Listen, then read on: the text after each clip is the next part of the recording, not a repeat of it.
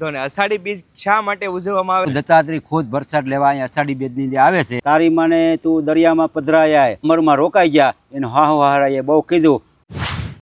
મિત્રો હું વાત કરવા જઈ રહ્યો છું, માનવ સેવા એ સાચી ભક્તિ માનવામાં આવી છે એવી જગ્યાની વાત કરીએ તો મારી પાછળ તમે જોઈ શકો છો સરસ મજાનું પરબધામ. આજે હું આવી ચૂક્યો છું પરબધામ, જ્યાં એમ કહેવાય કે સંત દેવીદાસ અને અમરમાના અહીંયા સરસ મજાની સમાધિ મંદિર છે. બહુ ભવ્ય મંદિર છે, આલિશાન મંદિર છે. અને અષાઢી બીજ નિમિત્તે છે ને ભાઈ અહીંયા ભવ્યથી ભવ્ય કાર્યક્રમ થાય છે. તો તમે જોઈ શકો છો અત્યારે ધીરે ધીરે યાત્રાળુ છે અહીંયા દર્શન કરતા હોય છે સમાધિ મંદિરના. અને આ આખી સરસ મજાનું મંદિર છે. જગ્યાનો છે પરબધામને જે ઇતિહાસ છે એનો થોડોક તમે જણાવો. હા, થોડો ઘણો ઇતિહાસ છે, તમને સંભળાવું. બરાબર. આ પરબની જગ્યા આમ તો ત્રેતાયુગ, દ્વાપર યુગ, સતયુગ અને હાલમાં અત્યારે કળયુગ હાલી રહ્યો છે. 4 યુગોથી આ સરભંગ ઋષિનો ધૂણો હતો. જે સરભંગ ઋષિ અહીંયા થયા ત્યારે રામ, લક્ષ્મણ, સીતા અને રામને જ્યારે વનવાસ મળ્યો ત્યારે રામ, લક્ષ્મણ, સીતાજી અહીંયા આવેલા. અને એ વખતનું સરભંગ ઋષિને અહીં કીધેલું કે મારો અખંડ ધૂણો અહીંયા જ્યોત જગશે. ત્યારની જ્યોત એ વખતની સરભંગ ઋષિ વખતના જે સંતો થઈ ગયા, અમરમાં થઈ ગયા, દેવીદાસ બાપુ થઈ ગયા, સાદલ પીર થઈ ગયા, અમરીમાં થઈ ગયા, રૂડા પીર થઈ ગયા, દાનવ પીર થઈ ગયા અને સેલાણી સાહેબ થઈ ગયા. હાલમાં કરશનદાસ બાપુ મહંત હાલમાં બિરાજે છે. એના ગુરુ શ્રી સેવાદાસ બાપુ. અત્યારે હાલમાં એણે પરંપરા જે જ્યોત છે એ અખંડ જ્યોત હાલમાં હજી ચાલુ છે. અને તે પછી અમરમાં અને દેવીદાસ બાપુ અષાઢી બીજ નદી બરોબર અષાઢી બીજ હતી ત્યારે એણે એના દેહ છોડેલો. અને ત્યારે એને દેવીદાસ બાપુના ગુરુ ભારતી બાપુ ગિરનારમાંથી આવેલા અને ગુરુ દત્તાત્રેય ખુદ અહીંયા આવેલા અને એણે કીધું હતું કે તમે અષાઢી બીજ પરબની અંદર ઉજવજો.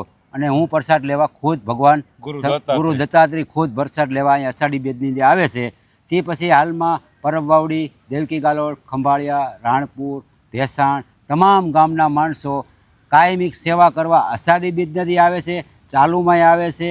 અને આમ નામ અખંડ જ્યોત આમ નામ ચાલુ છે. સત દેવીદાસ, અમર દેવીદાસ, કરશનદાસ બાપુના અમારા ઉપર આશીર્વાદ છે. કરશનદાસ બાપુના આશીર્વાદ છે. અમે આવી દરરોજ. હા. તો ને અષાઢી બીજ શા માટે ઉજવવામાં આવે છે એનો પણ ભાઈએ વિડીયોમાં જ તમને કહી દીધું છે કે આજના દિવસે છે અષાઢી બીજના દિવસે છે એમ કહેવાય કે ગુરુ દત્તાત્રેય છે ને એ પ્રસાદી લેવા આવતા હોય છે અહીંયા. હવે આપણે જાણીશું કે જે અમર માતાજી છે એમનો શું ઇતિહાસ છે. તો ભાઈ પાસે એમનો પણ ઇતિહાસ છે તો થોડોક એ પણ આપણે ઓડિયન્સને કહો. સત દેવીદાસ, અમર દેવીદાસ.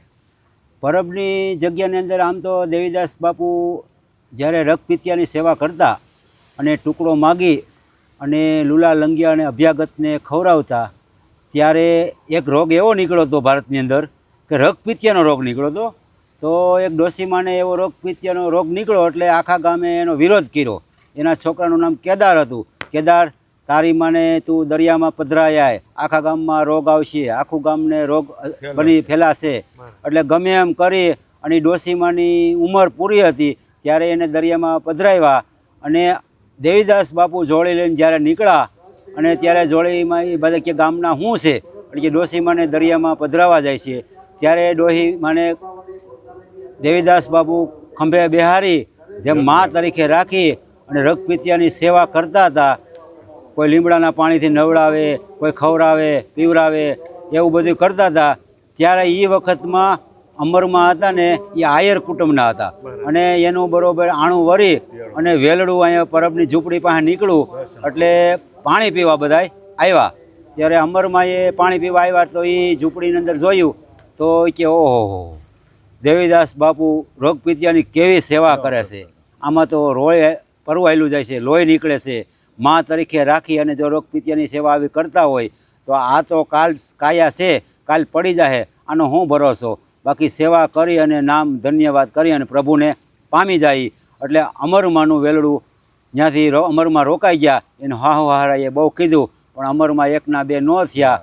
અને અમરમાંનું મૂળ સાસરિયું હતું અહીંયા બગસરા, ત્યાં ન ગયા. અને દેવીદાસ બાપુને 4 ભાઈઓ હતા મુંગજાસરના.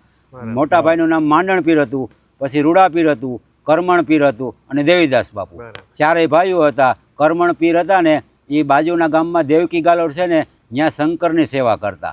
તો એના શિષ્યનું ડોસા બાપા પાનસુરિયા હતા ને એણે કીધું કે તારો ગુરુ તું આવે તો પાછો ઓળખી જા કર્મ બાપુ છે. એટલે ડોસા બાપુએ કીધા કે હા હું ઓળખી જાઉં કે નહીં ઓળખ તો કે આ રૂમ બંધ કરી અને તાળું મારી દે. જો તારા ગુરુને તું જાણે ઓળખી જાય તો આ તાળું ઓટોમેટિક ખોલી અને હેઠું પડી જાય. એમ કરી અને કરમણ બાપુએ પરબે આવી સમાધિ લઈ લીધી. સમાધિ લઈ લીધા પછી 11 વર્ષ પછી એણે વાળાકની અંદર બીલા હમઢિયાળા ત્યાં રામબાબુ કરમણ બાપુએ બીજો અવતાર રામબાપુ તરીકે રત્ના બાપાને ઘીરે રબારીની ઘરે જન્મ લીધો. તો બેટા બકરા સરાવતા સરાવતા એનું ધ્યાન તો ભજનમાં જ હતું. 11 વર્ષના થયા અને ત્યારે એ પાછા દેવકી ગાલોડ આવ્યા અને ત્યારે ડોસા બાપુની ઉંમર 95 વર્ષની હતી. એ ક્યાંય ડોસા ઓળખશો? એટલે કે હા ના ને એમ કર્યું તો અડધું તાળું ખુલ્યું. કે હું એનો ઈ જ છું તારો ગુરુ. તને કીધું હતું ને તું નહીં ઓળખતો હું તને નિશાની આપે. એ ત્યાં ઢોલિયો હતો. એ ઢોલિયા નીચે લીલું લુગડું, લીલું શ્રીફળ, લીલો કમસો અને લીલી હોપાળી ચારેય પાયા નીચે ખાડો કરીને દાટી દે અને નીચાની દવ તો તારે સમજવાનું કે મારા ગુરુ આવ્યા. એમ કરી અને પછી ઓળખી ગયા અને 11 વર્ષના હતા. રબારીનો ડ્રેસ. પરબે આવ્યા તો હાદુલ ભગતના ભજન સાંભળતા સાંભળતા પછી પ્રસાદનું ટાણ એ તો બીજર્યા હતા. એટલે બાજુ પ્રસાદ બનાવતા હતા માણસો. એટલે ખાલી એટલું જ કીધું કે તમે પ્રસાદ બનાવો છો પણ માણસો થોડુંક વધી જાય. એટલે બીજા માણસો હોય એ કે ભાઈ રબારીને શું ખબર પડે, થોડોક માલનો કદાચ ઘટાડો આવશે. એ કે ના ન ઘટે. એમ કરી અને એ ઝાડવા નીચે હોઈ ગયા. ત્યાં એ વખતે તો આવું ગુફેનું કાંઈ નહોતું, પીરસતા હતા.